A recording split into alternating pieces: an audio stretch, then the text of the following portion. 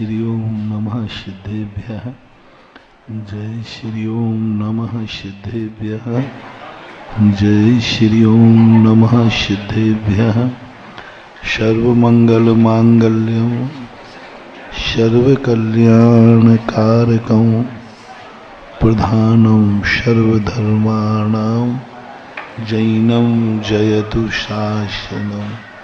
पंच परमेष्टि भगवान की, आचार्य श्री गुरुवर कुंद कुंद महाराज की, आचार्य श्री गुरुवर विद्यासागर महाराज की।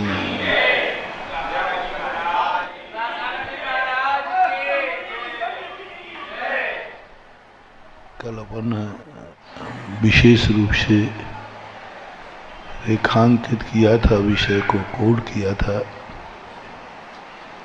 कि हमें जब किसी से कोई वस्तु चाहिए है तो हमें उसकी शक्ति का पहचान होना चाहिए, उसकी मर्यादा का ज्ञान होना चाहिए, उसकी पोजीशन क्या है, उस पोजीशन का ध्यान होना चाहिए। कई बार ये लोग, बड़े लोग भी भूल कर देते हैं।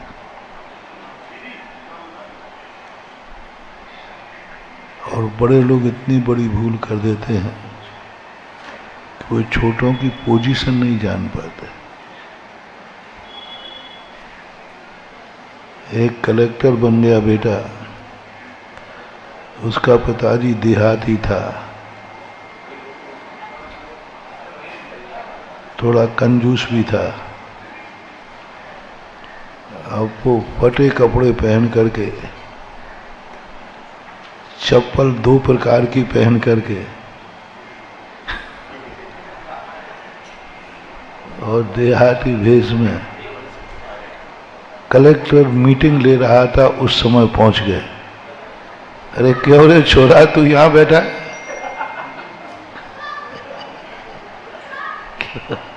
वो जो घरू भाषा होती है ना, हे रमुआ तू यहां बैठा, तू घर नहीं आया। अब बोलो, पिताजी का ये रूप, एक कलेक्टर जब अपने सभी कलेक्ट्रेट में बैठकर मीटिंग ले रहा हो तो पिताजी को इस रूप में वहां पहुंचना चाहिए क्या? क्या रमुआ कह के पुकारना चाहिए क्या? और भी शब्द जो आप छोकरों को बोलते हैं, बच्चों को। अब यहाँ बेटा बताओ क्या करे, क्या करे बेटा? पोजीशन नहीं समझे। अब अपनी बेइज्जती कराने तुम वहां पहुंचोगे और पर कहो, अरे कलेक्टर बन गया, ये मुझे देखकर खड़ा नहीं हुआ, पैर नहीं छुए, तो जाके एक थप्पड़ और जड़ दो। तू मेरे सामने इतना बड़ा हो गया, तू मेरे सामने तक खड़ा ही नहीं हुआ, एक थप्पड़ और मार देवे। तो बोलो अब इसमें गलती किसकी है? अपन लोग सब बैठ के न्याय करें, किसकी गलती है? 100% पिता की। पिता होने का अर्थ यह नहीं है कि बेटे को तुम हर स्थान पर वही व्यवहार करो जो घर में करते हो, वही व्यवहार करो जो बेटे से करते हो। ठीक है, तू सर मत कहो, लेकिन कम से कम पहली बात तो ऐसे मौके पर जहां बेटा सबसे बड़े ओहदे पर बैठा हो, उस समय पिता को वहां पहुंचना नहीं चाहिए, क्योंकि वो राजगद्दी से उतरता है तो ठीक नहीं, और नहीं उतरता है तो आपका अपमान होता है। तो उस समय पिता को भी ये देखना चाहिए मेरा बेटा किस पोजीशन में है। सदा एक सा व्यवहार नहीं करना। इसलिए कल अपन ने समझा था कि सामने वाले व्यक्ति से हमारी इच्छाएं पूरी कराना है, लेकिन क्या उसमें तुम्हारी इच्छा पूरी करने की शक्ति है? क्या तुम्हारी इच्छा पूरी करने में उसको खुशी होगी? तुम तो अपनी इच्छा पूरी कर लोगे, बाद में वो रोता बैठ जाएगा, उसकी इज्जत खत्म हो जाएगी। तुम अपने तो पैर छुआ लोगे, लेकिन पूरी कलेक्ट्रेट में जो उसकी हंसी होगी, ये तेरे बाप है, ये तेरे पिता है। एक नीति है, तुम कपड़ों की इज्जत करोगे, तुम्हारी इज्जत करेंगे।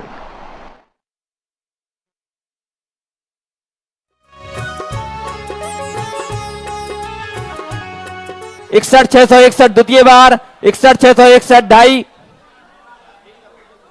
71,771 पूज्य गुरुदेव के पाद प्रक्षालन करने का पावन सौभाग्य। 71,771 प्रथम बार, 71,771, 71,771 प्रथम बार, 71,771 द्वितीय बार, 71,771 ढाई पौने 3 99 और पूरे 3 बार। यह पावन सौभाग्य शीघ्रता से नाम प्रदर्शित करें। भाई साहब श्री भूपेंद्र कुमार जी, अंशुल कुमार जी, दिवाकर परिवार कर्रापुर वालों को सौभाग्य प्राप्त हुआ है। इनके सम्मान में जोरदार तालियां। दूसरी तरफ से पाद प्रक्षालन करने का सौभाग्य, वो परिवार यहां पर आ जाएं।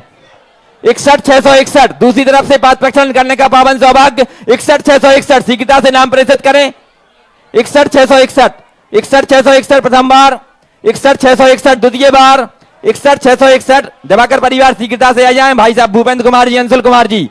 61,661 द्वितीय बार, 61,661 ढाई पौने 3 99 और पूरे 3 बार। यह सौभाग्य हमारे समाज के अध्यक्ष चाचा श्री जीवनलाल जी, श्रीपाल कुमार जी, संभव कुमार जी, श्रेय कुमार जी, सुत कुमार जी, खोजम्बर वाले परिवार को प्राप्त हुआ है। आए और दोनों तरफ से मुनि श्री के पाद प्रक्षालन का अवसर प्राप्त करें। शीघ्रता से आ जाएं। पूज्य गुरुदेव को शास्त्र भेंट करने का पावन सौभाग्य आज वह कौन से पुण्यशाली महानुभाव हैं जिनको प्राप्त होगा पूज्य गुरुदेव को शास्त्र भेंट करने का पावन सौभाग्य।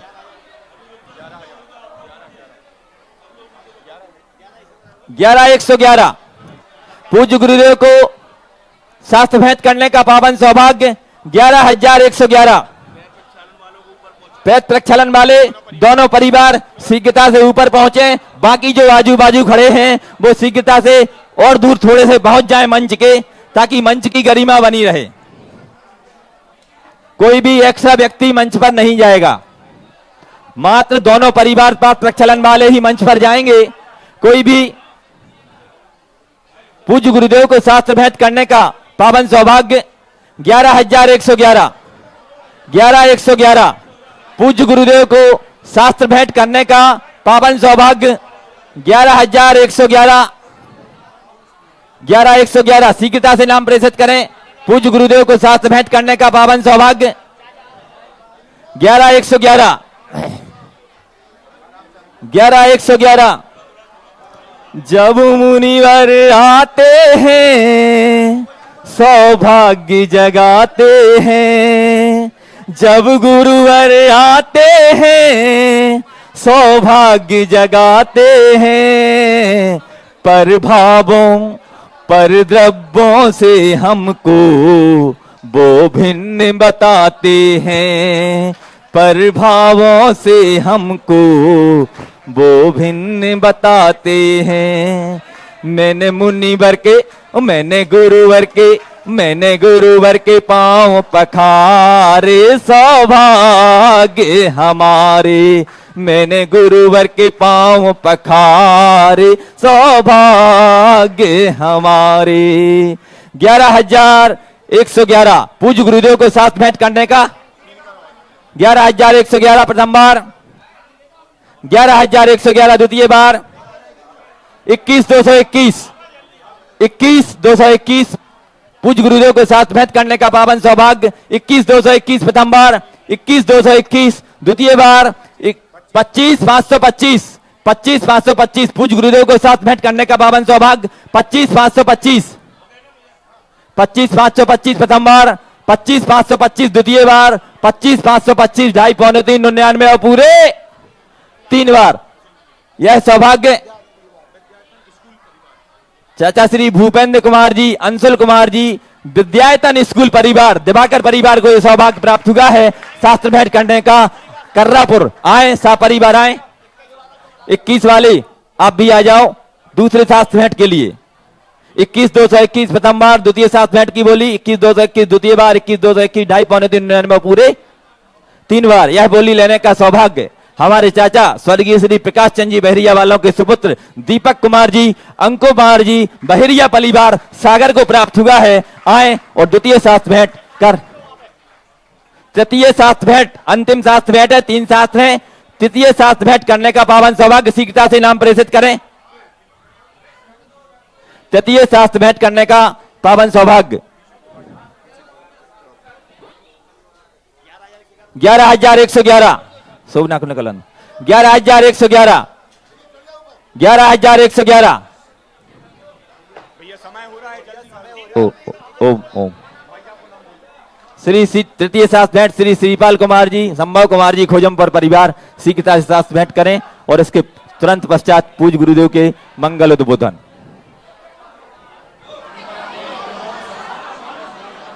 श्रीफल समर्पित पूज्य गुरुदेव के मंगल उद्बोधन के बाद होगा। सभी लोग यथास्थान शीघ्रता से बैठ जाएं।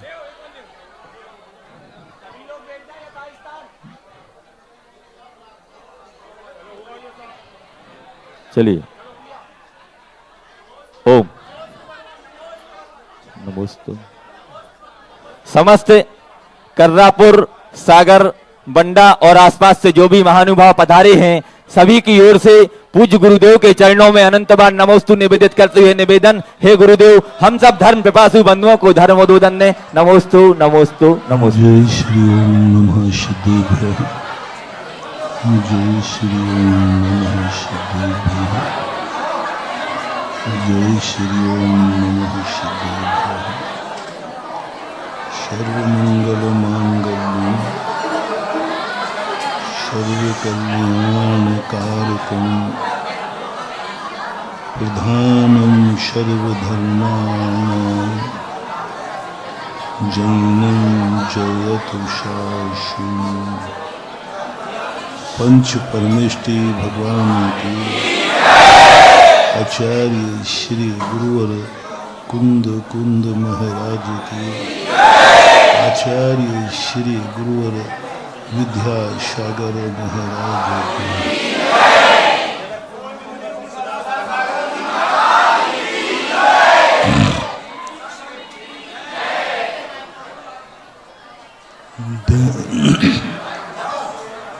दैनिक प्रवचनों की श्रृंखला में अपना प्रसंग चल रहा है कि जैसे व्यक्ति किसी कार्य का संपादन करना चाहता है तो उसे अपने स्वयं के संबंध में विचार करना चाहिए। क्या हमारी योग्यता उस कार्य करने लायक है कि नहीं। व्यक्ति डिप्रेशन में क्यों जाता है? क्योंकि वो अपनी भूमिका, अपनी योग्यता को पहचाने बिना कदम उठा देता है। 2 कदम चलने की शक्ति है, 100 कदम मंजिल को पाने का विचार कर लेता है तो डिप्रेशन होता है। जैन दर्शन ने सबसे पहले मन को शांत करने की बात कही।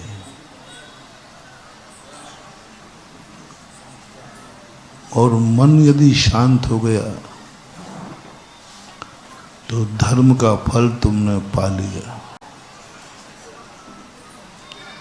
ये व्रत, ये नियम, ये मंदिर, ये भगवान, ये गुरु, ये नमोकार मंत्र, ये धर्म नहीं है।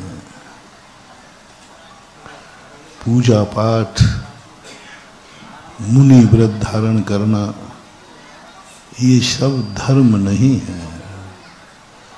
लोगों ने इन्हें धर्म मान लिया। ये धर्म तक पहुंचने के साधन है। मंदिर धर्म नहीं है। मंदिर धर्म तक पहुंचने के लिए साधन है। मुनि व्रत धर्म नहीं है। इस मुनि व्रत के माध्यम से धर्म को प्राप्त किया जाता है। ये तो रास्ता है। सम्यक दर्शन, ज्ञान, चारित्र ये मोक्ष नहीं है, मोक्ष का मार्ग है। अपन लोग मार्ग को ही मंजिल मान लेते हैं, मार्ग को ही मंजिल मान लेते हैं और विश्राम करने की सोच लेते हैं, रात में लुट जाते हैं। क्योंकि रास्ते में तो लुटेरे रहते हैं। आप लोग यात्रा करते हो, रास्ते में यदि गाड़ी बिगड़ जाए तो आपको डर लगता है कोई लूट न ले। रास्ते में आपको प्राप्त करने का परिणाम आ जाए कि हम रास्ता तय नहीं कर पाएंगे तो घबराहट आती है। रास्ते में रुकना कोई नहीं चाहता। क्यों? चलती हुई रात गुजारना और रास्ते में रुक कर के रात गुजारने में अंतर है। आप लोगों को यदि पूरी रात गाड़ी से चलना पड़े तो बोलो, चलते ही हो रात और पूरी रात रास्ते में गाड़ी बिगड़ जाए और रुकना पड़े तो है ना, बहुत घबराहट हो जाएगी। अब रात भर चलने को तैयार हो, गाड़ी चल रही है, और यदि रुकना पड़े, कोई रुकना नहीं चाहता, और किसी कारण रुकना पड़े, गाड़ी पंचर हो जाए या XYZ, तो कितना डर लगता है, कितना भय लगता है। महाराज ये भय झूठा नहीं है, कई बार लुट भी जाते हैं, लुट भी जाते हैं। और चोर लूटते ही गाड़ी रोक करके लूटते हैं। चलती हुई गाड़ी को वो पत्थर रख देंगे, कांटे बिछा देंगे, और तुमने गाड़ी धीमी की नहीं और उन्होंने लूटा। तो जैसे चोर को देख करके आप गाड़ी तेज करते हैं कि धीमी करते हैं? बस अब समझ में आ गई ना। क्या है, आपकी बात कहते ही फिर मैं अपनी बात कहता हूँ। ये तो हुई आपकी बात, तो आप सबको समझ में, बस महानुभाव ऐसा ही ये मोक्ष मार्ग है। मोक्ष मार्ग में चलते रहो, चलते रहो।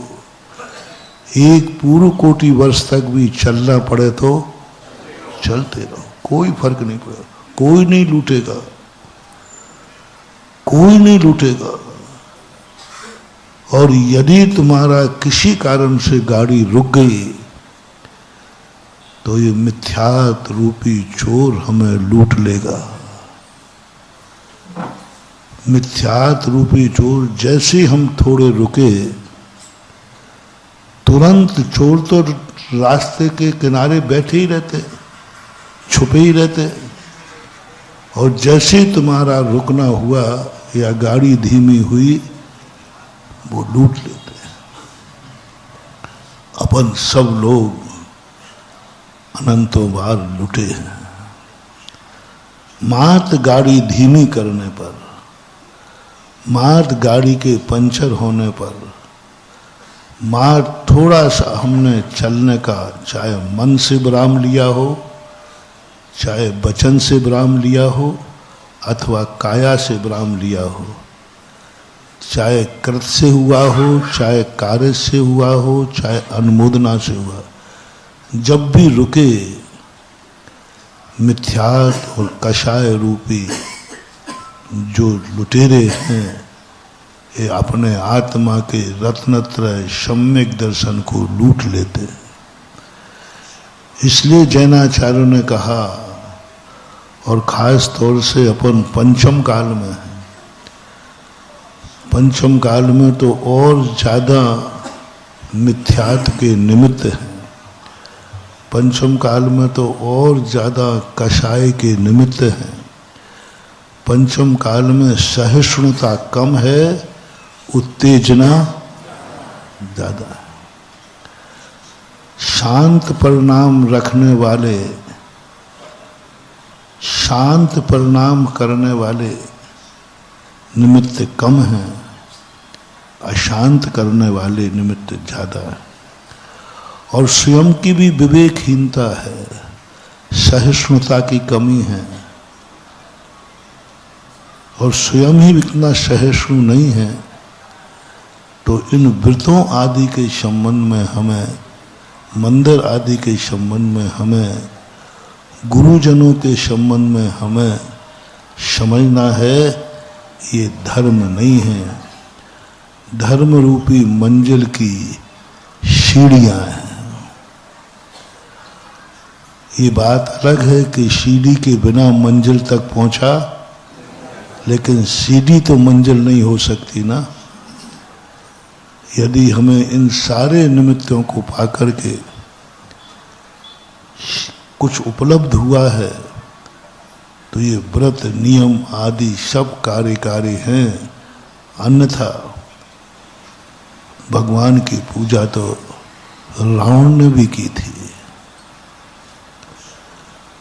वो भी भगवान का पुजारी था, उसने अपनी जिंदगी में भगवान के बिना दर्शन किए पानी नहीं पिया।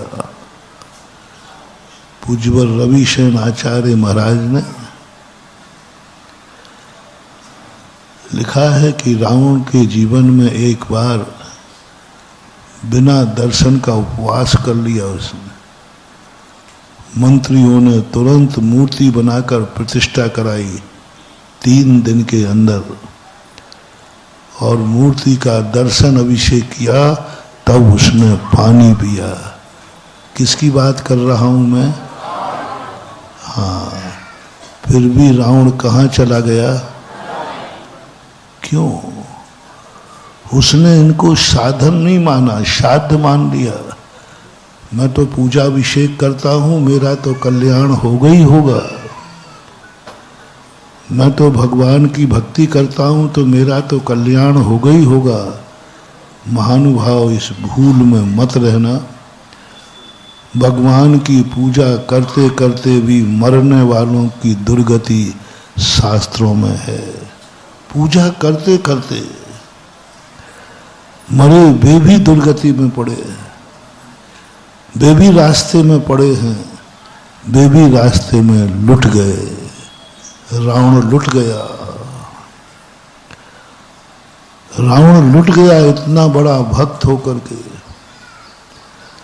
और कितनी बड़ी भक्ति! भगवान की भक्ति के लिए वीणा का तार टूट गया, तो उसने भक्ति कम नहीं की, वीणा के हाथ का तार निकालकर, नस निकाल करके। और वैष्णव दर्शन में तो आज तक कोई ऐसा नहीं हुआ, भगवान की भक्ति में शीश काट काट के चढ़ा दिए। यानी जितने भारतीय दर्शन हैं, सभी दर्शनकारों ने रावण को भक्ति की चरम सीमा बताई, ज्ञान की चरम सीमा बताई। ज्ञान इतना था कि रावण के पास रामचंद्र जी ने भी अपने भैया लक्ष्मण को भेजा। यानी रामचंद्र जी से भी अधिक ज्ञानी, अधिक ज्ञानवान, अधिक भगवान का भक्त, नीति निपुण, उसके बावजूद भी सभी दर्शनकारों की अपेक्षा आज वो नरकों में पड़ा है। दशहरा मैदान पर इतने बड़े भगवान के भक्त का पुतला जलाया जाता है।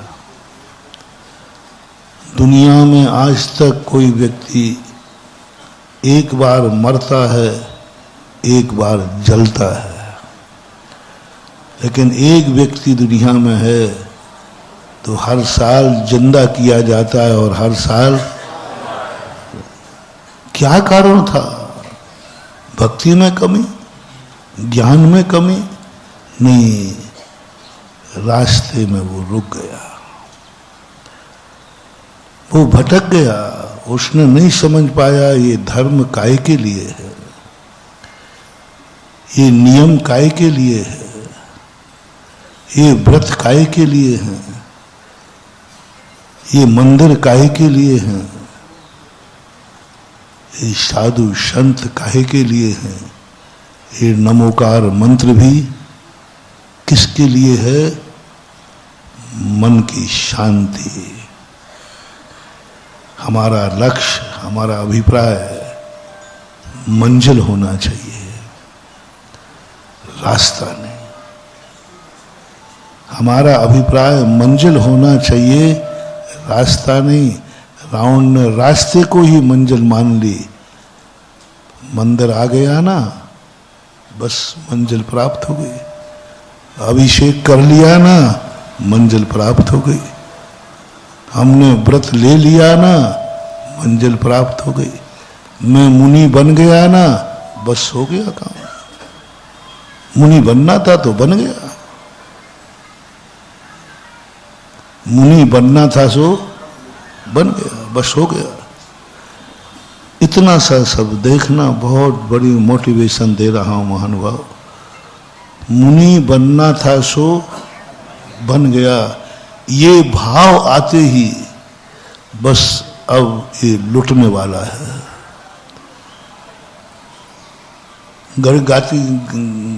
गाड़ी की गति क्या हो गई? जैसे मंजिल आते ही तो आप लोग क्या करते हो? और हमने क्या कर दिया?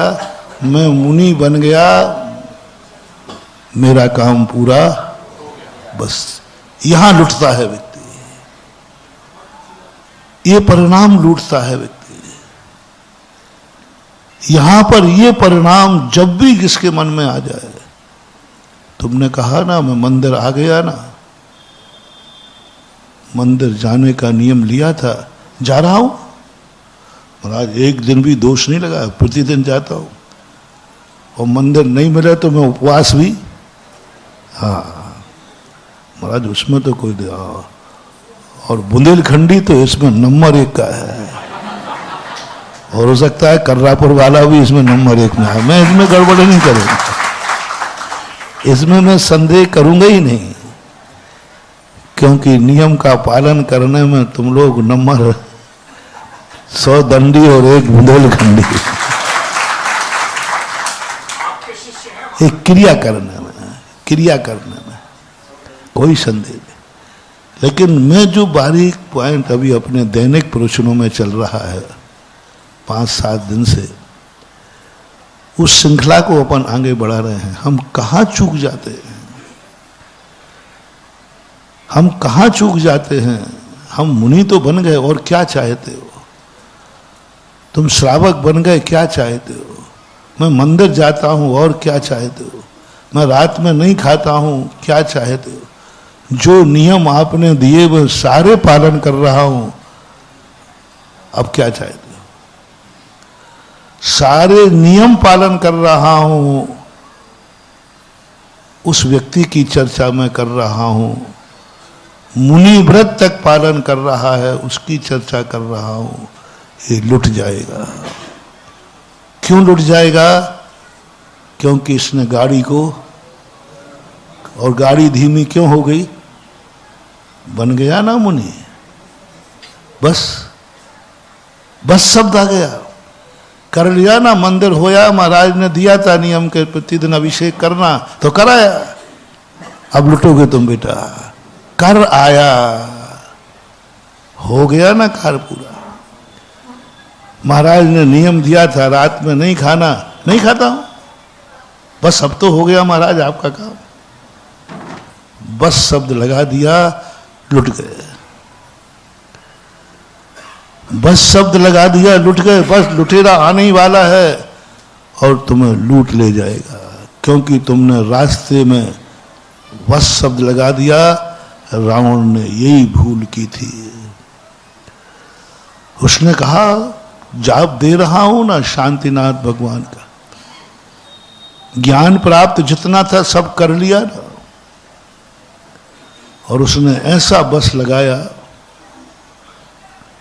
और अहंकार में आ गया, अब मुझे कौन मार पाएगा, कौन विनाश कर पाएगा, मेरी दुर्गति कौन कर पाएगा, क्योंकि मैं सारे नियम पालता हूं, सारा धर्म पालता हूं।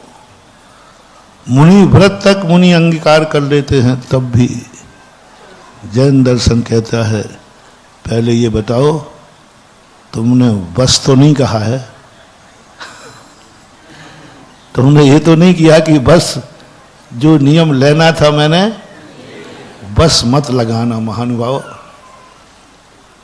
बस मत लगाना महानुभाव। जब तक हमारी मंजिल नहीं आएगी तब तक मुनि व्रत तो क्या, इससे भी बड़ा व्रत होगा। तो मैं अभी यही कहूंगा, अभी और आगे बढ़ना है, अभी और आगे बढ़ना है, अभी और आगे जाना है। ये तो कुछ भी नहीं है जो अभी बाकी है, ये व्रत तो कुछ भी नहीं है, ये पूजा पाठ तो कुछ भी नहीं है, ये साधना तो कुछ भी नहीं है। अभी तो इससे कई गुनी हमें आगे बस ये गति बना के रखना। और कभी ये जितने भी अपने पास धर्म आ जाए उस पर अहंकार नहीं करना। ये मत सोचना कि अब मेरा कुछ नहीं बिगड़ सकता, क्योंकि मैं भगवान का दर्शन करता हूं प्रतिदिन। भगवान के दर्शन करते करते मरने वाले भी लुट गए, नरकों में पड़े हैं, क्योंकि उनको अहंकार था कि मुझे कौन लूट सकता है। रावण को यही अहंकार था, कौन मार सकता है मुझे, मुझे साक्षात भगवान का वरदान है, साक्षात भगवान का वैष्णव दर्शन के अनुसार कौन मार सकता है। जैन दर्शन के अनुसार सुदर्शन चक्र है मेरे पास, कौन मार सकता है। ये शब्द जैसी आत्मा में पनपता है, बस तुम्हारा विनाश का समय आ गया। भगवान के वरदान देने के बाद भी मुझे कोई विनाश कर सकता है, बस अब तुम्हें कोई नहीं मार पाएगा। तुम जब भी मरोगे जब तुम्हारी आयु पूरी हो जाएगी, क्योंकि तुम वरदान के बाद भी चेते हुए हो, वरदान के बाद भी जागृत हो, वरदान के बाद भी तुम्हारे मन में भाव है कि नहीं, यदि वरदान से ही सब कुछ हो जाए तो भगवान तो सदा सबको वरदान ही देता है, अभिशाप तो कभी देता ही नहीं। भगवान तो सदा वरदान देता है, वो तो सबका कल्याण चाहता है, पर आज तक कभी कल्याण हुआ नहीं। एक बार किसी व्यक्ति ने कहा, बोले महाराज आप भाव ना भाएं, राजस्थान की घटना है, आप यदि भावना भाएंगे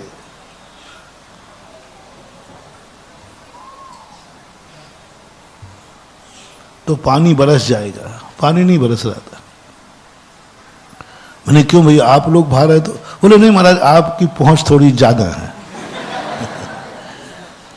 होता है रिकमेंडेशन, किसी अच्छे व्यक्ति की रिकमेंडेशन लग जाए तो फाइल, तो महाराज आप भावना भाएंगे तो जरूर पानी बरसेगा।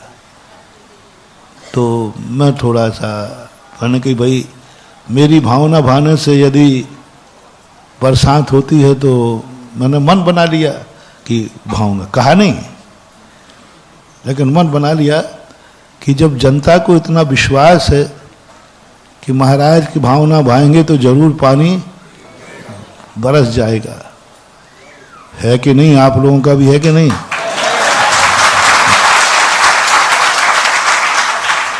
विश्वास, मुझे बहुत विश्वास है कि मेरे भक्तों में एक बहुत बड़ा विश्वास है कि महाराज जो भावना भाएंगे वो जरूर पूरा होता है, और महाराज जो ठान लें वो भी पूरा होता है। ये मुझे विश्वास नहीं है, ये तुम्हें विश्वास है। मैंने अभी अपनी बात नहीं कही, मुझे विश्वास है। अभी मैंने ये नहीं कहा कि मुझे विश्वास है कि मैं जो भावना भाऊंगा वह पूरी होगी।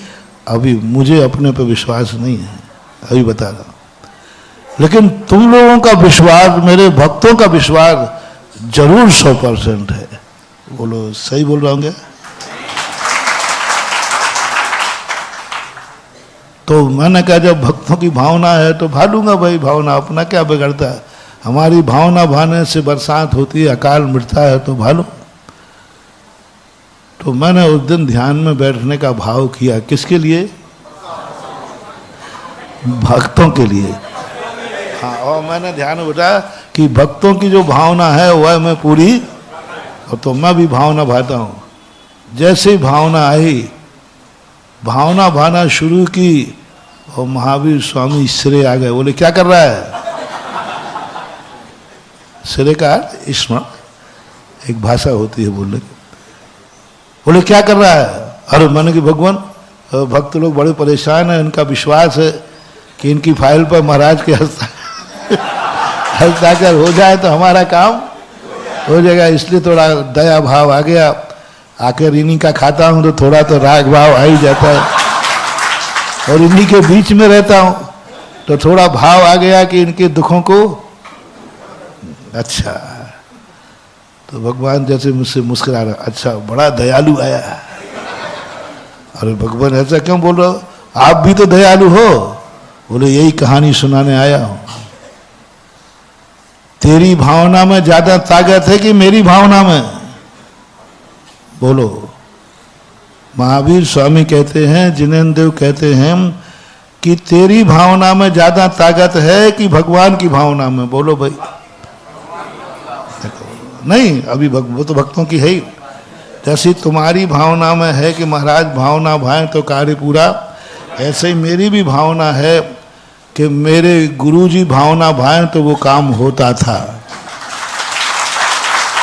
और हमने गुरुजी से भी पूछा था, जैसे हम पूछ लेता हूँ हम लोग कि महाराज जी जैसे हम लोगों का विश्वास है कि आप यदि भावना भाएंगे और आशीर्वाद देंगे तो वो काम जरूर होता है। तो आचार्य ने क्या कहा, जैसा तेरा विश्वास है ना ऐसे ही मेरा भी विश्वास है। यानी किस पे? बोले मेरा विश्वास ज्ञान सागर महाराज पे होगा।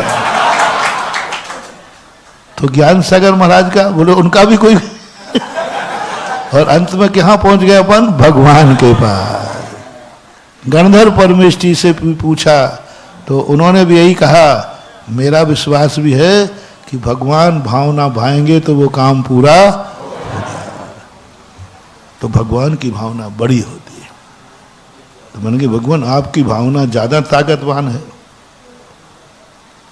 तो सुन ले, अब तूने खुद ही कह दिया ना, इस संसार में मैंने भी भावना भाई, मेरी भावना पूरी नहीं हुई तो अब लगा ले तेरा क्या होगा।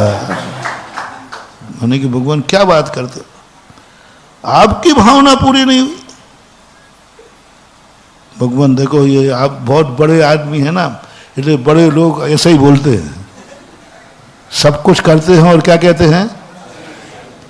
बड़े लोगों का नेचर होता है ना, सब वही करेंगे और अंत में कहते मैंने कछु नहीं करो मैंने तो कर्तव्य किया। तो मैंने समझा भगवान आप महान हैं, आप तो ऐसा बोलेंगे और सब आपकी भावना से सब कुछ हो रहा है, सारा जगत कहता है भगवान की भावना से। बोले नहीं बेटा, मैं सत्य बता रहा हूं, मैंने भी भावना भाई थी दुनिया के लिए। बोल मेरे से पूछ रहे, बड़ा चिंतन आया, बहुत गजब का चिंतन था वो, शेखावाटी में था, संभवतः 98 की बात है।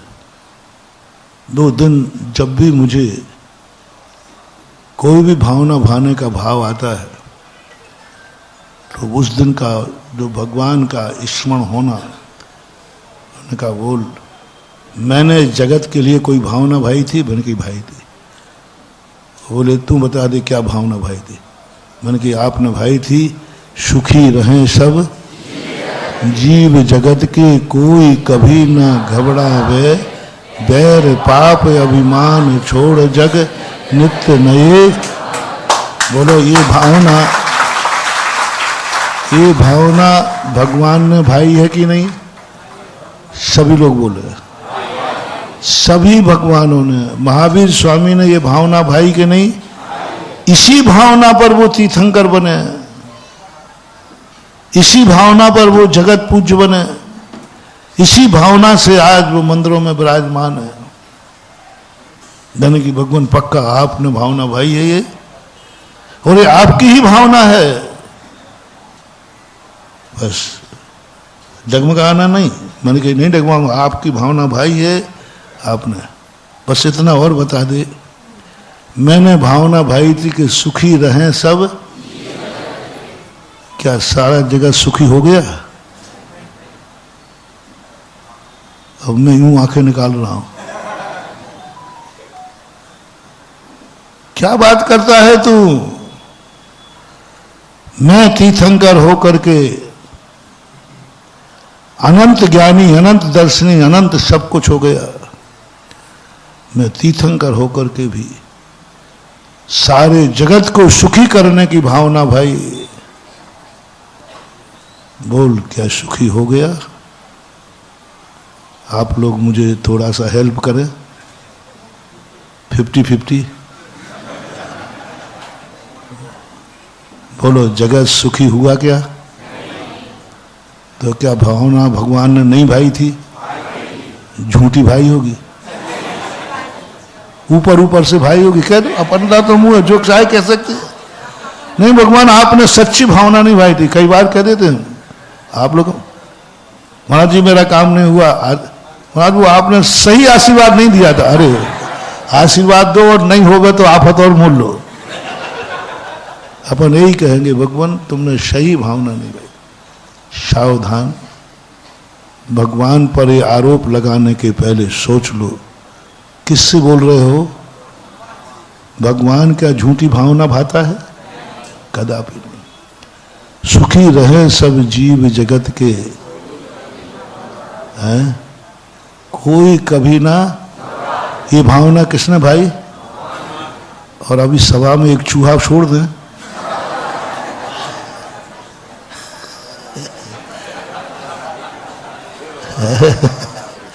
थोड़ा ही सा वातावरण प्रतिकूल बनता है, क्या हो जाता है? तीर्थंकर की भावना पूरी नहीं हुई।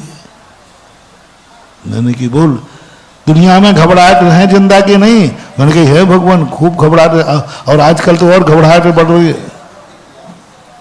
तो फिर बोल घबराहट मैंने भावना भाई थी, और फिर आगे और क्या भाया था?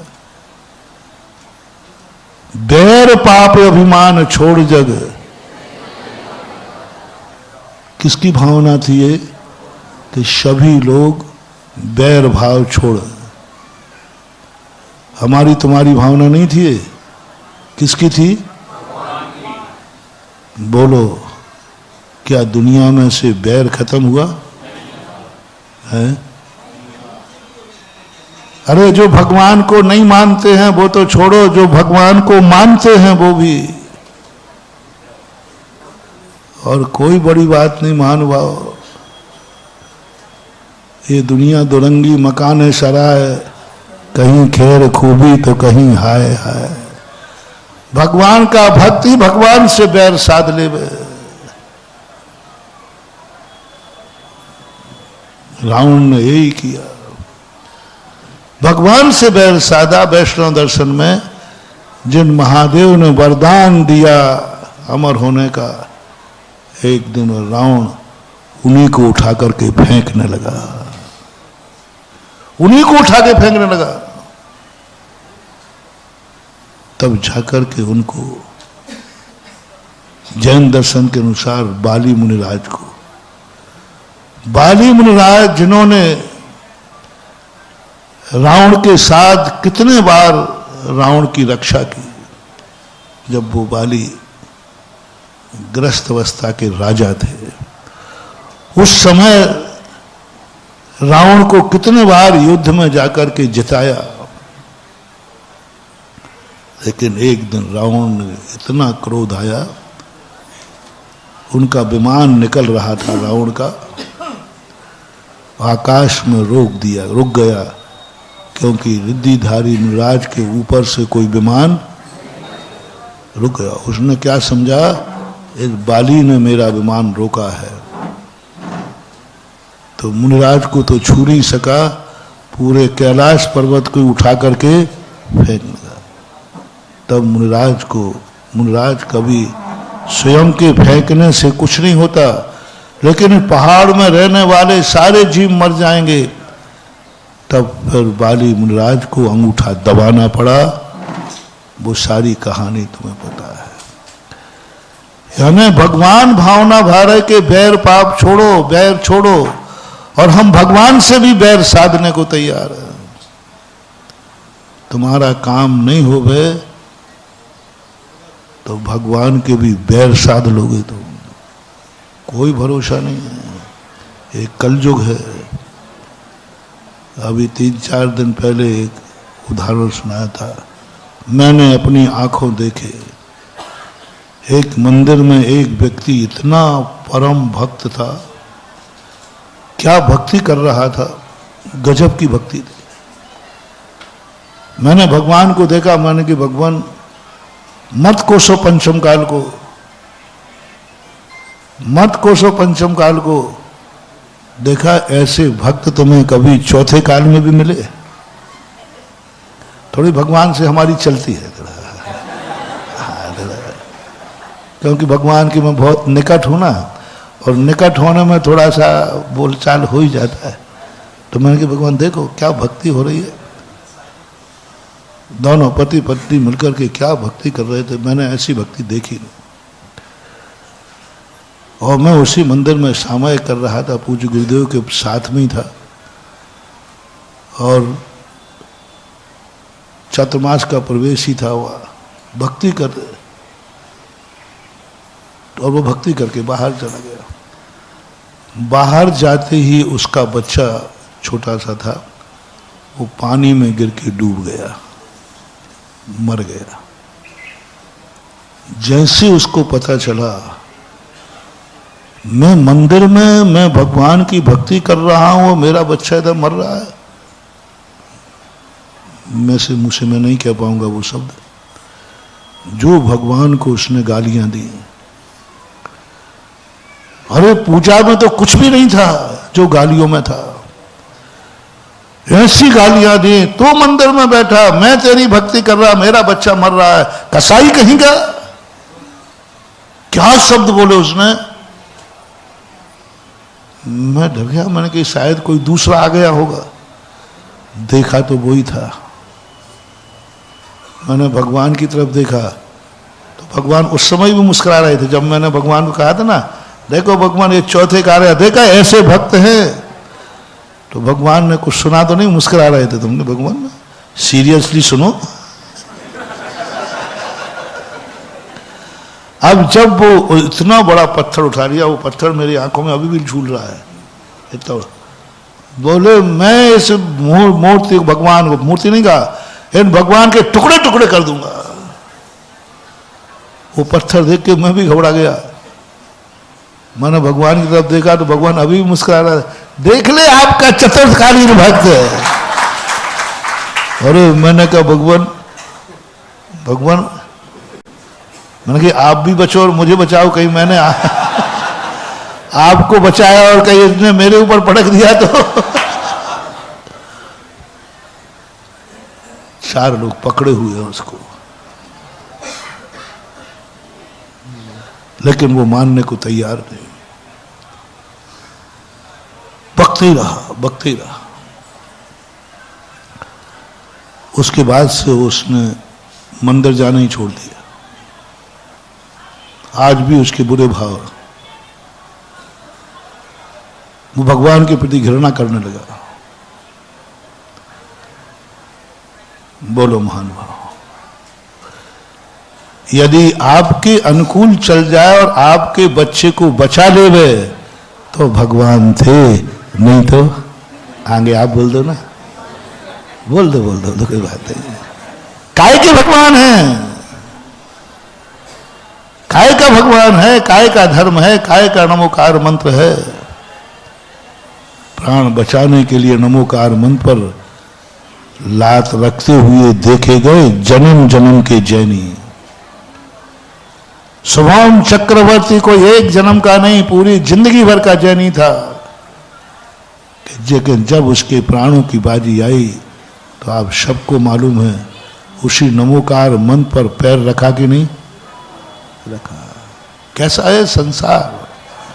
चौथे काल की बात है, पंचम काल में तो और बुरी दशा है। इसलिए मत समझना कि तुम धर्म कर रहे हो तो धर्मात्मा है। मत समझना कि मंदिर आ रहा है तो धर्मात्मा है। धर्म कर रहा है अलग चीज है। अभी मैंने पथरिया के प्रवचनों में कहा था, धर्म करना का अर्थ ये नहीं कि वो धर्मात्मा है। धर्म करना अलग चीज है और धर्मात्मा होना अलग चीज है। अब भगवान के लिए पत्थर मारने को तैयार है वही व्यक्ति, और कितना लगा होगा भैया मंदिर से बाहर तक जाने में? टाइम क्या लगा होगा? 5 मिनट 2 मिनट लगा होगा। उसके बावजूद भी इतने परिणाम विकृत, इतने परिणाम विकृत। उस दिन से मेरे भी अकल आ गई, इन भक्तों की भीड़ पर विश्वास मत करना, ये सब स्वार्थी हैं। जिस दिन स्वार्थ पूरा नहीं होगा उसी दिन जितने ये जय जय गुरुदेव बोल रहे हैं उसके बाद क्या क्या बोलोगे वो मुझे अभी पता नहीं है, वो तुम्हारा मामला।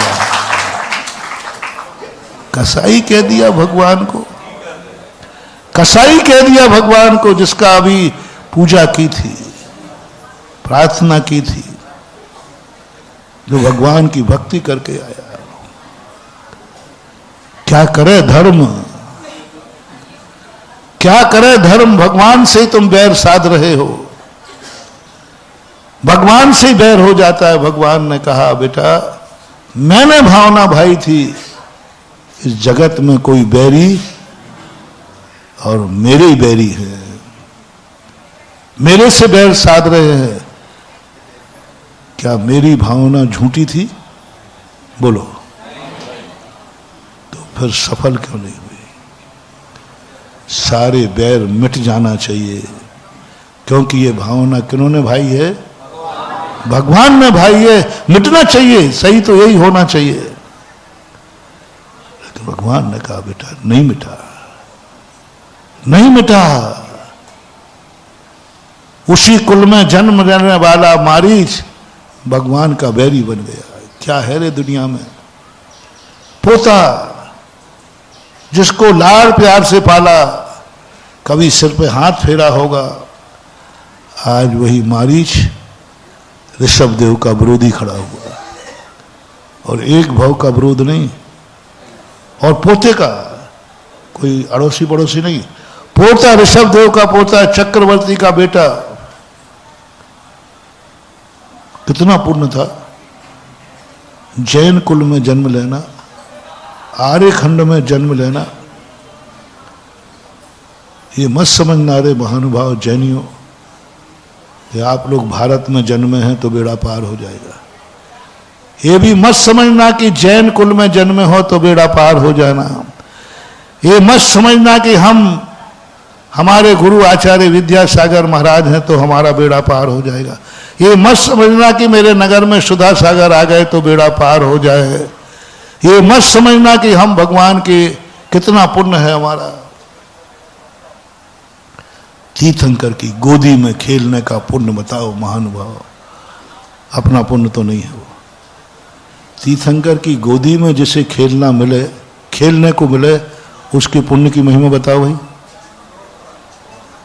कितनी महिमा, क्या पुण्य, गजब। जब मैंने महावीर पुराण पढ़ा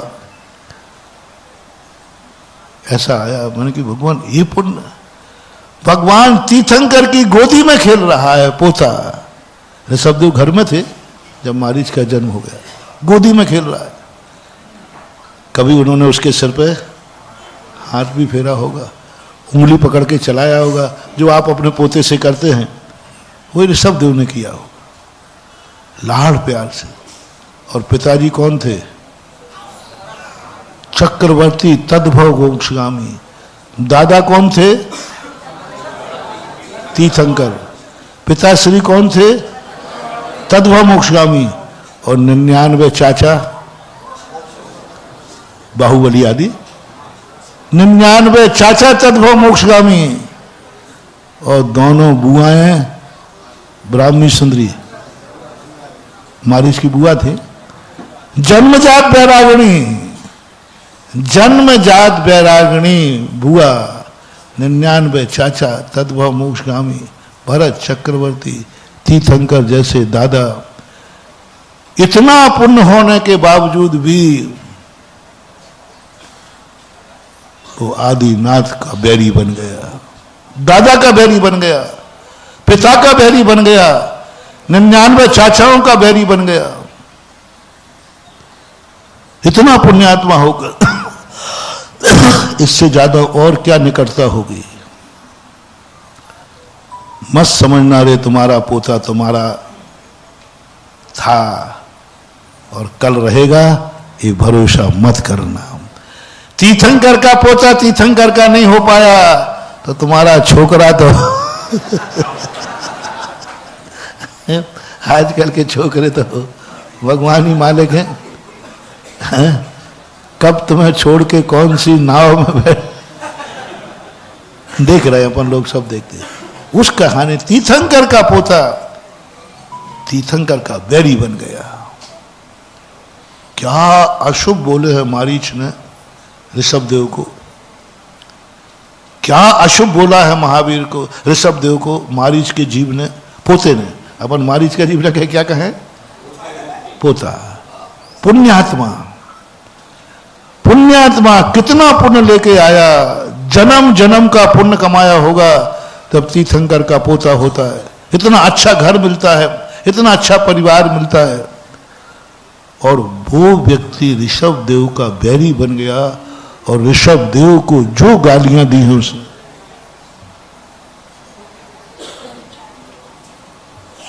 जो बुरे भाव किए हैं दुश्मन ने भी नहीं किए। ऋषभदेव के प्रति किसी दुश्मन ने भी नहीं किए, उनका कोई बैरी था ही नहीं।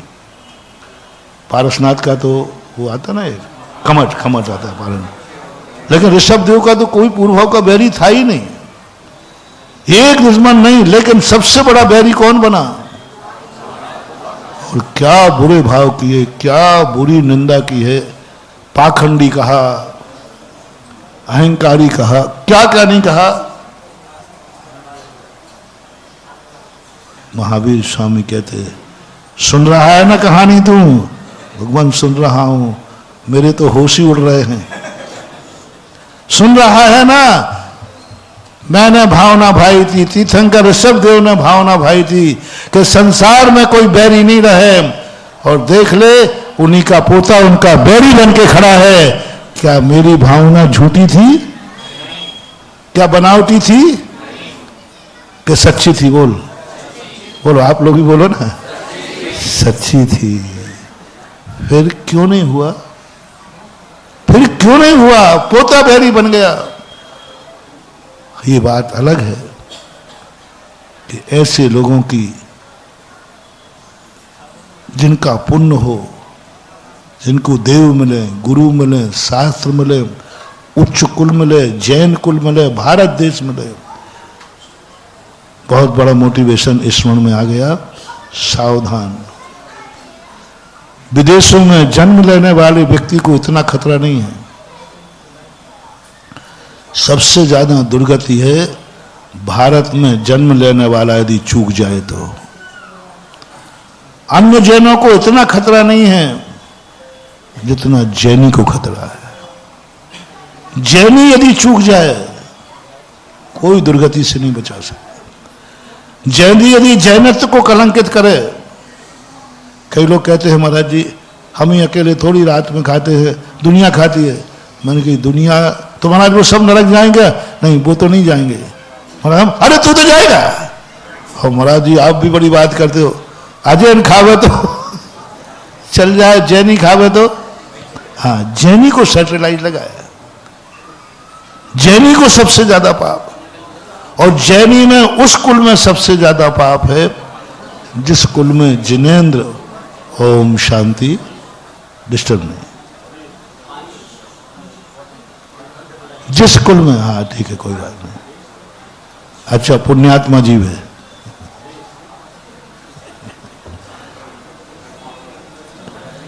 और उस कुल में जाकर के जिस कुल में उस व्यक्ति की स्थिति इतनी पवित्र हो जाती है, जो कुल जगत पूज्य हो,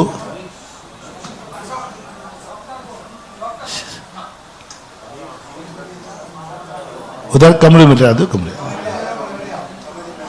आप लोग डिस्टर्ब नहीं हो, सा ज्यादा नहीं उठे, बैठ जाओ, सिट डाउन। 2 लोग लिटा दो, कोई बात नहीं, अभी आ जाएगा। बैठ गया घोड़ा, बैठ गया, चिंता नहीं, बैठ गया, कुछ नहीं। ऐसे दिन को तो लोग तरसते हैं। पूज्यपाद स्वामी ने लिखा, सबसे अच्छा स्थान दिन कौन सा होता है मालूम आपको? जिस दिन व्यक्ति मरण करने की सोचे। तो पूज्यपाद स्वामी ने क्या सुना, लिखा है कि हे भगवान, मेरा मरण हो तो कब हो? गुरु मैं गड़बड़ नहीं कर रहा, मैं तो साथ में लिखा है तो बता रहा हूं। गुरु मूले यति निश्चिते चैत्य सिद्धांत वादी सदघोष।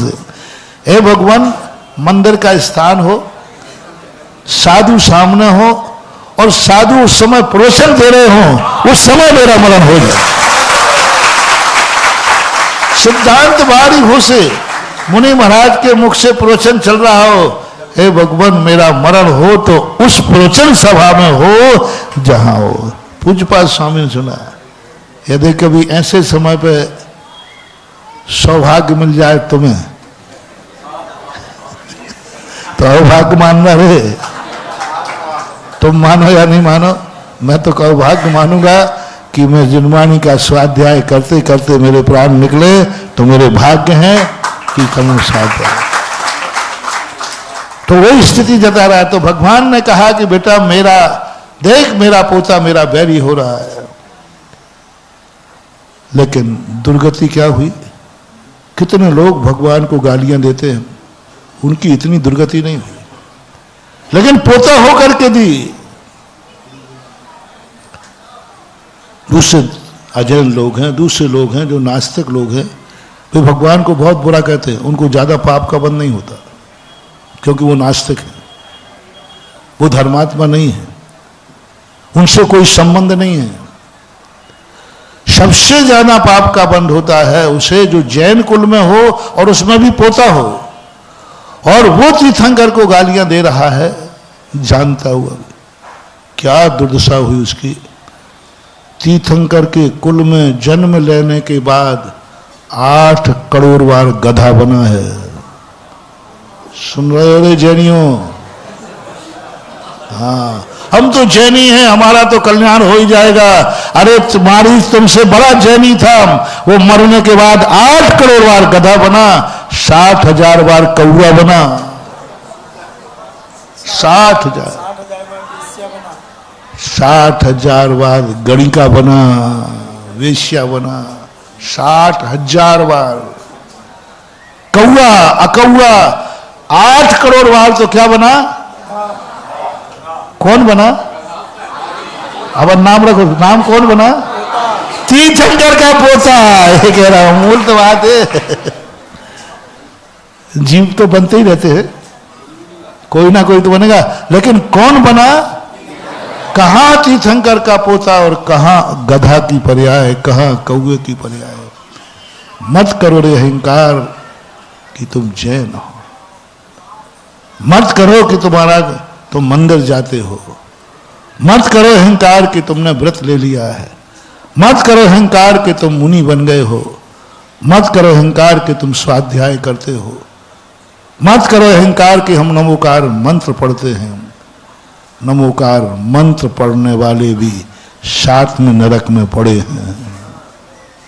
जिंदगी भर नमोकार मंत्र पढ़ने वाले जिंदगी भर नरकों में पड़े।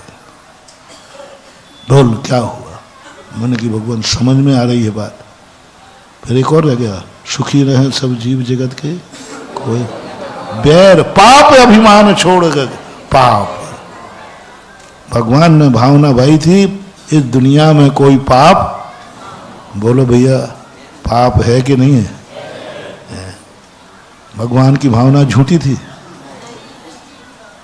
बोले नहीं थी। मैंने कि भगवान नहीं थी तो फिर देख ले मेरी भावना पूरी हुई क्या? अभिमान छोड़ जग। तीर्थंकर ने भावना की थी कि सब अभिमान छोड़े। अभिमान सबसे बड़ा खतरनाक है। अभिमान, लोग क्या कहेंगे? रावण को यही तो दोष था। उसको समझ में आ रहा था कि सत्य क्या है, लेकिन मंदोदरी से कहता है हे प्रिय मेरा अहंकार, अब झुकूं मैं इतना आगे निकल आया हूं, अब झुकने की अपेक्षा मरना ही ठीक है। मरना ही ठीक है। मात यदि उस समय भी झुक जाता तो रामचंद्र जी तो वो शरणागत वत्सल थे। क्या बात है। जब विभीषण शरण में आया तो लक्ष्मण ने कहा भैया दुश्मन का भाई है। बोले इससे पूछ लो लड़ने आया है या शरण में आया है? बोले शरण में आया है। तो उसको बुलाओ। बोले भैया क्या कर रहे हो? बोले लक्ष्मण सुन ले, शरण में आए हुए को लौटा देना 10 भव का पुण्य क्षय हो जाता है, और शरण में आए हुए के हाथ से मर जाना भी जीवन का उद्धार होता है। शरण में आया हुआ यदि मुझे मार भी देगा, गला भी उतार देगा, गला घोंट भी देगा, तो मेरे अवभाग्य होंगे लक्ष्मण। और अंत तक यदि रावण समर्पित हो जाता, राम धर्मवत्सल थे। जब विभीषण को लंकेश कह दिया, बहुत अच्छा मोटिवेशन है महानुभाव। विभीषण को जब लंकेश कह दिया तो कहते ही रामचंद्र जी का चेहरा उतर गया। लक्ष्मण सावधान कि शायद भैया को कुछ अकल आ गई है, दुश्मन है। बोले भैया क्या बात है? अभी बोलो, निपटा दूं इसको। नहीं लक्ष्मण। फिर आप चिंतित क्यों हुए? वनवास भयो कछु सोच नहीं, नहीं सोच पिता सुर धाम भये को गए को। सीता हरि कछु सोच नहीं, नहीं सोच दशानन रार ठये को। लक्ष्मण शक्ति को सोच नहीं, एक सोच विभीषण भूप कहे को। मुझे वनवास हुआ इसका सोच नहीं है, पिताजी सुधाम चले गए इसका सोच नहीं है, सीता का अपहरण हुआ इसका सोच नहीं है, रावण से युद्ध ठन गया इसका सोच नहीं है, लक्ष्मण शक्ति लगी इसका सोच नहीं है। एक सोच विभीषण भूप कहे को। मैंने विभीषण को लंकेश कह दिया है, यदि रावण शरण में आ गया तो फिर मेरे इस वचन का क्या होगा? क्या गजब की बात है यार।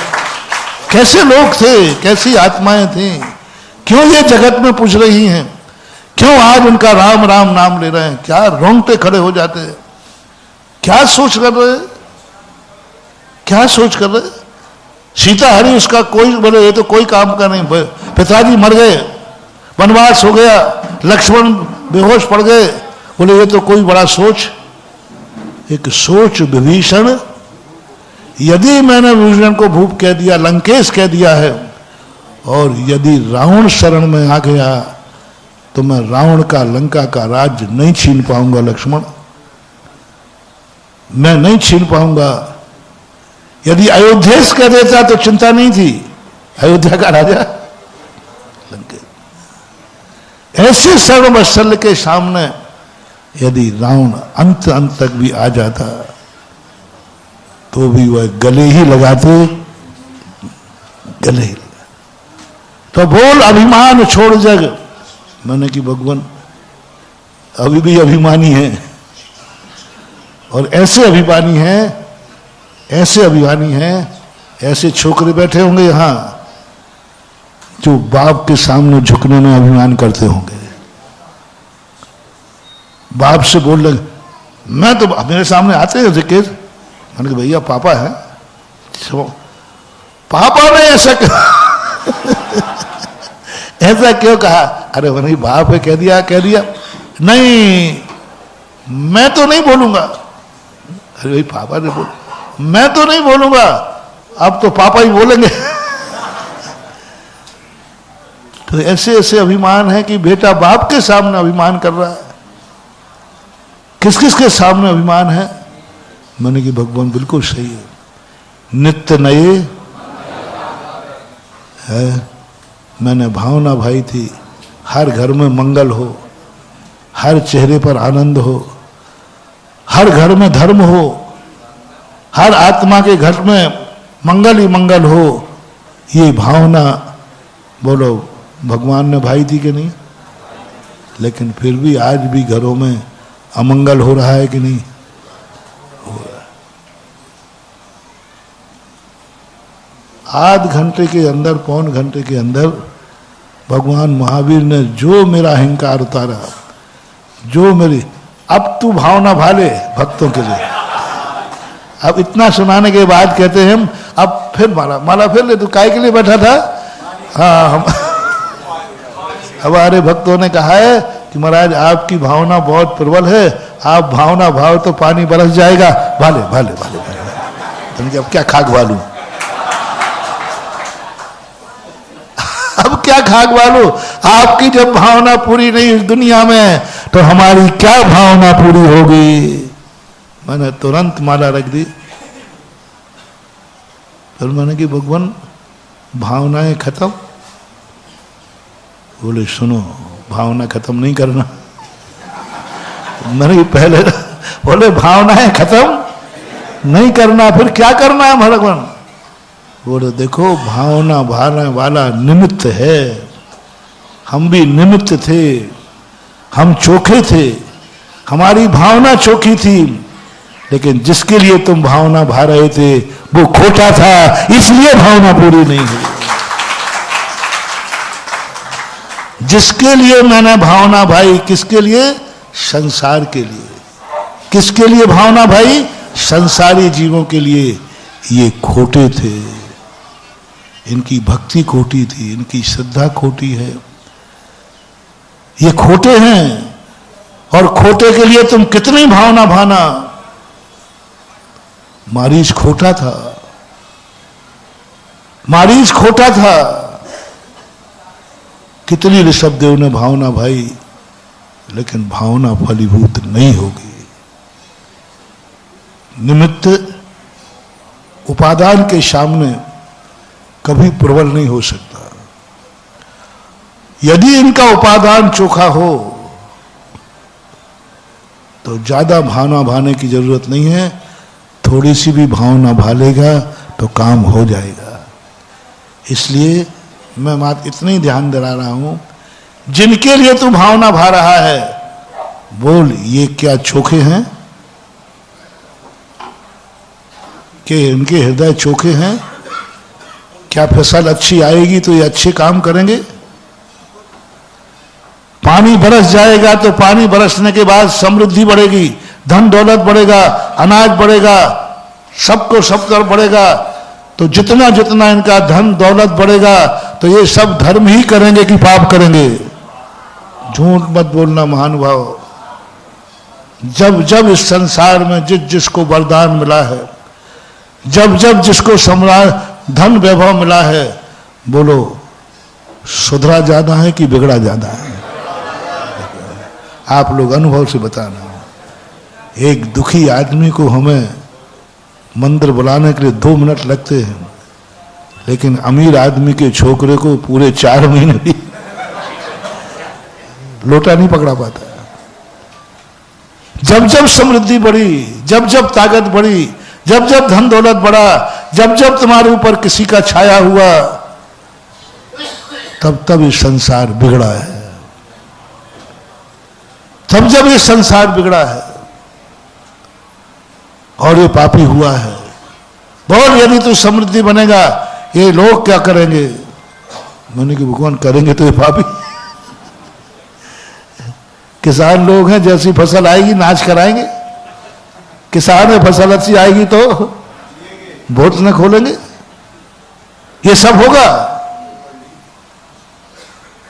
होगा, देख ले, फिर सोच ले। भक्तों की बात पूछ रहा हूं, भक्तों की माला फिर रहा है ना, परिणाम देख ले क्या होगा। सीकर जिले के अंदर टाइम हो रहा है, 2 मिनट की बात है। मेरे मन में भाव आया कि विकलांगों को विकलांग मुक्त किया जाए पूरा जिला।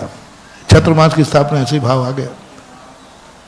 वहाँ के कलेक्टर थे, वो एक दिन बैठे, मैंने कहा देखो मेरा ये भावना है। तो उनका महाराज ये तो हमारे पक्ष की बात है, ये तो हमारी सरकार का भी काम है। तो मैंने कहा आप सहायता करो। बोले तुम विकलांग इकट्ठे करो, मैं उनको दिव्यांग इकट्ठे करता हूँ। उन्होंने कहा महाराज मेरे पास फंड मन नहीं है। मैंने फंड तो मेरे कमंडल में है। कमंडल में अर्थात भक्तों के जेब का पैसा मैं अपने कमंडल में ही मानता हूं। तुम्हारी जेब में है या रात मेरे कमंडल में है, रखे रहना, कमंडल में मत रखना। जब चाहे निकाल लेंगे अपना पैसा। और तुम्हें मालूम है, जब चाहा तब भक्तों ने ऐसा दान दिया जैसे मैं कमंडल में से निकाल के दे रहा हूं। अभी परसोरिया देख लो, एक छोटा सा गांव परसोरिया, सानोदा के पहले, क्या लोगों ने दान दिया देख लो। ऐसे दे रहे थे जैसे मेरे कमंडल में से निकल रहा हो। जेब में, भक्तों का जेब अपना जेब है। उधर का कुंडलपुर के बाद बिहार किया था बांधकपुर, क्या छोटी सी समाज ने पाषाण का मंदिर बनाने। तो मैंने कहा पैसे की चिंता मत करो, जिले के अंदर कोई भी विकलांग नहीं रहना चाहिए। जिनके पैर लगे पैर लगाओ, साइकिल देना साइकिल दो। हजारों साइकिल इकट्ठी करी, लोगों ने दान खूब दिया। सुनना कहानी सुनना, बड़ी मजेदार है। सबको साइकिल मिल गई। मैं सोच गया तो एक व्यक्ति साइकिल बैठा रहा, गुलेल से पक्षी मार रहा था। तो मैंने गौर से देखा कि उसके पीछे प्लेट लगी थी एक, उसमें मेरा आशीर्वाद भी लिखा था। वो गवर्नमेंट ने लिखा दिया। और मैं उसके बाद मैंने कहा ये साइकिल तो हमारे पास से मिली थी। तो मैं उसके पास पहुंच गया, मैंने कहा बेटा ये साइकिल कहाँ से मिली? बोले महाराज आप ही ने दिलवाई थी ना। और अरे उससे आपने, तो मैंने क्या? बोले महाराज जी बड़ा उपकार है आपका, बड़ा उपकार है आपका, कभी नहीं भूलूंगा। मैं बहुत गरीब आदमी था, विकलांग होके चल नहीं सकता था। जब से आपने साइकिल दिलाई है 3-4 पक्षी दिन भर में मार लेता हूं, काम चल जाता है। अब मेरी तो हवा खिसक गई। मैंने कि भगवान, मैंने पहली बार कहा, मैंने कभी कितनी संकट आ जाए मैं भगवान को कभी नहीं पुकारता, क्योंकि मेरा नेचर नहीं है कि भगवान हमारे संकट दूर करें। मेरा नेचर वो है कि मैं भगवान के संकट दूर करता हूं। जैसे मैं कभी भगवान को नहीं पुकारा। उस दिन पहली बार मन में आया है भगवान बचाओ बचाओ, ये तो 3-4 निपटा रहा है। तुरंत मैंने कलेक्टर की मीटिंग की। मैंने कि उन साइकिल वालों को फिर से बुलाओ, क्योंकि तुम ही बुला सकते हो। बोलो बाबा जी क्या बात हो गई? अरे मैंने कहा ऐसी ऐसी बात हो गई और ऐसा ऐसा उसने कहा। पूरों को बुलाया, एक एक को नियम दिलाया, और जिसने नियम दिया साइकिल वापस कर। नहीं तो मेरी बदौलत 3-4 पक्षी निपटेंगे और वो पक्षी क्या कहेंगे? बाबा जी। बोलो महानुभाव, करुणा करके क्या करूं? महावीर स्वामी बोले बेटा बोल, तू करुणा करके क्या करेगा? देख तूने करुणा की, परिणाम क्या हुआ? पाप बढ़ा कि घटा? बढ़ा। इसलिए तो फिर भगवान करूं क्या? पहले के इनके उपादान चोखे कर दे, ये सब चोखे हो जाएंगे, तुझे भावना भाना नहीं पड़ेगी, उसके पहले ही पानी बरस जाएगा। पूत कपूत तो का धन संचय, और पूत शपूत तो यदि ये पुण्यात्मा पुण्यमय धन हो जाए, इनको पुण्यमय बनाओ, इसको धर्ममय बनाओ, इनके उपादान को चोखा कर, और यदि इनका उपादान चोखा हो गया तो तुझे भावना भाने की जरूरत नहीं पड़ेगी, अपने आप सब कुछ अनुकूल हो जाएगा। इसलिए कल के प्रवचन का अपन शुरुआत करके आगे के लिए छोड़ते हैं कि हमें अपनी जिंदगी में अपने खुद की उपादान शक्ति पहचानना है। कहीं हमारी शक्तियां नकारात्मक तो नहीं हो रही हैं, कहीं हमारा उच्च कुल में जन्म लेकर के कहीं हम नकारात्मक तो नहीं हो रहे हैं, कहीं हम धर्म तो कर रहे हैं और धर्मात्मा नहीं बन पा रहे हैं। मूल सूत्र क्या है? हम अच्छा कर रहे हैं लेकिन अच्छे नहीं बन पा रहे हैं, हम धर्म कर रहे हैं लेकिन धर्मात्मा, हमें जनेन्द्र मिला है लेकिन हम जैनी नहीं बन पा रहे, क्योंकि तुम्हारा बेटा बचा नहीं। बेटा बचने के पहले क्या थे और अब क्या हो गए? इतना बड़ा पथरा है वो, और जैसे ही गिरेगा भगवान, मैंने भगवान आप तो नहीं बचोगे, बोले मैं नहीं बचूंगा तू बच जाएगा, मैं तो भाग जाऊंगा, तुम भाग नहीं पाओगे, क्योंकि जो जितना बड़ा आदमी होता है वो उतनी भाग नहीं पाता, छोटा तो ऐसी स्थिति पर विचार सदा करना चाहिए। समय आपका हो गया। महावीर भगवान हमारे बीच में भाग्योदय से कमेटी पधारी है, आए और सकल दिगंबर जैन समाज सागर आए और मुनि श्री को श्रीफल समर्पित करके आशीर्वाद प्राप्त करें। हे गुरुदेव, कल आपके प्रवचनों में आपने कहा था कि सभी एक झंडे के नीचे हों, और आज ही गुरुदेव सागर दिगंबर जैन समाज एक झंडे के नीचे है और आपको चातुर्मास हेतु श्रीफल समर्पित कर रही है। हे गुरुदेव, हम सबको आश्वासन दें कि आपका इस वर्ष का चातुर्मास सागर में ही संपन्न हो। जय जय गुरुदेव। बोलिए एक मिनट भैया, बोलिए संत शिरोमणि आचार्य भगवान गुरुदेव श्री विद्यासागर जी महाराज जी की, आचार्य श्री समय सागर जी महाराज जी की, निर्यापक मुनि श्री सुधा सागर जी महाराज जी की, आचार्य संघ की। महाराज जी, सकल दिगंबर जैन समाज सागर, भाग्योदय तीर्थ परिवार सागर, आपके चरणों में आज यहां उपस्थित हुए हैं। आपके प्रवचन में पानी पानी पानी की बात आ रही थी। महाराज जी, अखबारों में भी पिछले 10-15 दिन से लिखा था कि 3 दिन लगातार बारिश होगी, 4 दिन बारिश होगी, 2 दिन बारिश होगी, लेकिन अखबारों में छपी खबरें भी गलत हो गई। अभी ऐसा पानी नहीं गिरा जिसकी हम उम्मीद कर रहे थे। वो ये उम्मीद इसलिए कर रहे थे कि जल से ही जीवन है और जल से ही सब कुछ है, लेकिन मुझे ये पता था जब आपके चरण सागर में पड़ेंगे तो सागर में जल ही जल हो जाएगा। महाराज श्री, पूरा सागर लगातार आपके बीच में यहां पर उपस्थित होता रहा है।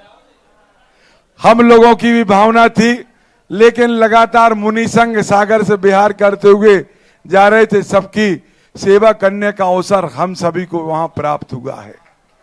हम सबकी भावना ये भी थी कि जब सागर का प्रवेश द्वार आएगा तो पूरा सागर आपके चरणों में पहुंचेगा। और आज मैं कर्रापुर को सागर का प्रवेश द्वार मानता हूं और पूरा सागर आपके चरणों में निवेदन करने आया है, विनती करने आया है। महाराज ज्यादा दिन तो नहीं बचे, अब आज के बाद 19 दिन शेष हैं और वही दिन विशेष हैं। हम तो चाहते हैं कि जैसे गाड़ी धीरे धीरे आपकी 2 महीने पहले कुंडलपुर से चली थी, अब तो और धीमे धीमे चले ताकि आप सागर से आगे न जा पाओ।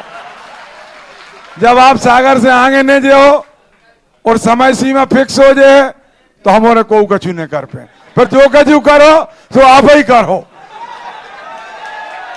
हमारों के तो हाथ में माइक रहे और माइक से हमारे निवेदन करें, तारीख बते हैं, कार्यक्रम करें।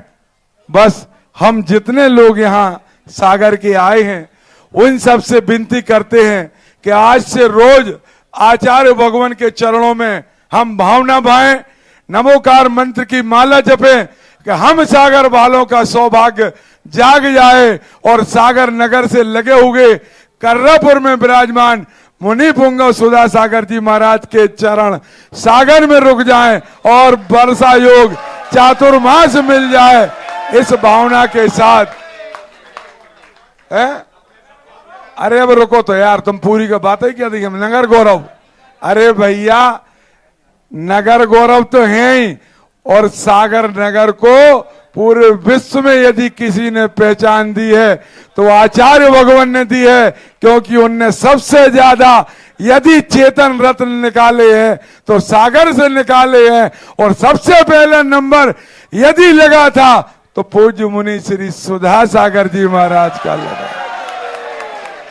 ऐसे 131 मुनि महाराजों को दीक्षा देने वाले, 170 आर्यिकाओं को दीक्षा देने वाले और हजारों ब्रह्मचारी भैया बहनों को वैराग्य के मार्ग पर चलाने वाले ऐसे आचार्य भगवान अब हमारे बीच में तो नहीं है।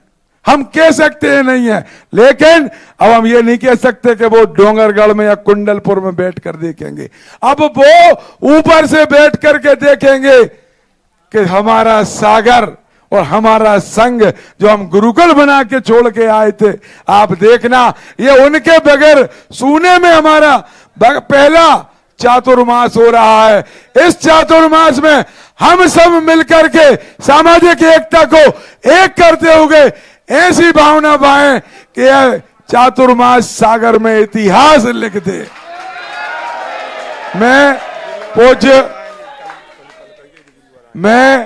पूज्य महाराज श्री के चरणों में जितने लोग भी यहाँ हैं सभी लोग श्रीफल की मुद्रा बना ले और निवेदन करें, हे भगवान नमोस्तु, हे भगवान नमोस्तु, हे भगवान नमोस्तु।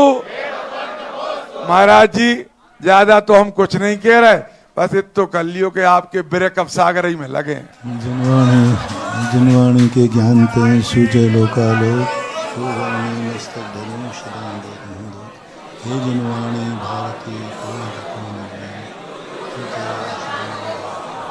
चाचा देव भजो अरिहंत को, गुरु सेवा निर्गुण, दया धर्म पालो सदाई। महेश चाचा जी 2 लाइन।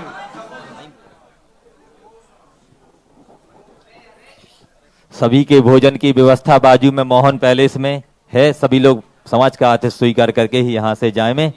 चाचा श्री महेश कुमार जी भी बिलहरा वाले परिवार से हैं, आप भी आएं और 2 शब्द मुनि श्री के चरणों में समर्पित करें। हेलो।